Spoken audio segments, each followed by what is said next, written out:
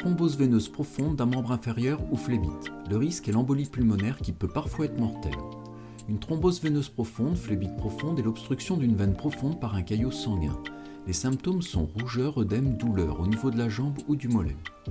On distingue plusieurs situations et diagnostics. Les phlébites profondes situées au-dessus du genou, thrombose proximale à fort risque d'embolie pulmonaire. Les phlébites profondes limitées au mollet, thrombose distale à plus faible risque d'embolie pulmonaire. Les phlébites superficielles qui se manifestent en général par un cordon douloureux inflammatoire sur un trajet veineux à très faible risque d'embolie pulmonaire. Les autres diagnostics sans rapport direct avec une phlébite, une rupture de kyste poplité, un lymphœdème, une lymphangite.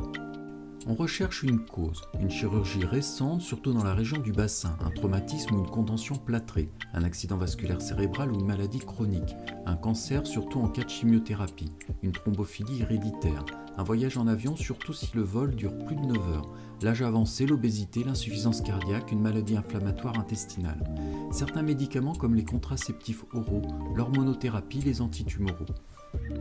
On évalue la probabilité d'une thrombose veineuse profonde par le score de Wells. Lorsqu'il y a un cancer actif dans les 6 derniers mois, plus 1 point. Une paralysie ou immobilisation plâtrée récente, plus 1 point. Un alitement de plus de 3 jours ou une chirurgie de moins de 4 semaines, plus 1 point. Une douleur localisée ou induration le long des veines profondes, plus 1 point. Tuméfaction de la cuisse et du mollet, plus 1 point. Différence d'au moins 3 cm à 10 cm sous la tubérosité tibiale, plus 1 point. Un œdème prenant le godet du côté symptomatique, plus 1 point. La présence de veines superficielles non variqueuses, plus 1 point. Phlébite démontrée antérieurement, plus 1 point. Diagnostic alternatif probable, moins 2 points. Si le score de Wells est inférieur à 1, il faut pratiquer un dosage sanguin des dédimères. Un taux inférieur à 0,5 permet d'écarter une phlébite avec un faible taux d'erreur. Un taux supérieur ou égal à 0,5, une échographie Doppler est à effectuer. Si le score de Wells est supérieur ou égal à 3, il faut pratiquer une échographie Doppler pour confirmer le diagnostic.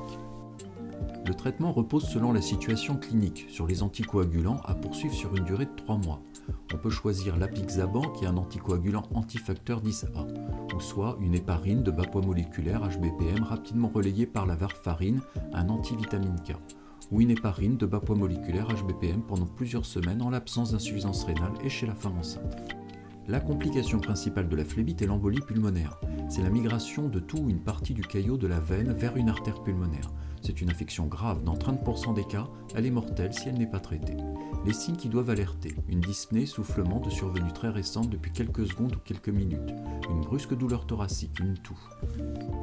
La récidive et les complications locales de la phlébite sont à prendre en compte. La récidive, après une thrombose d'une veine profonde de la cuisse, le risque de récidive est élevé au cours de la première année qui suit l'arrêt du traitement.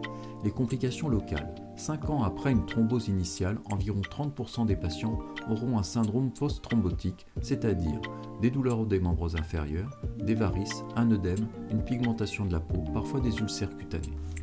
Vous avez aimé? Likez et abonnez-vous à Dr No.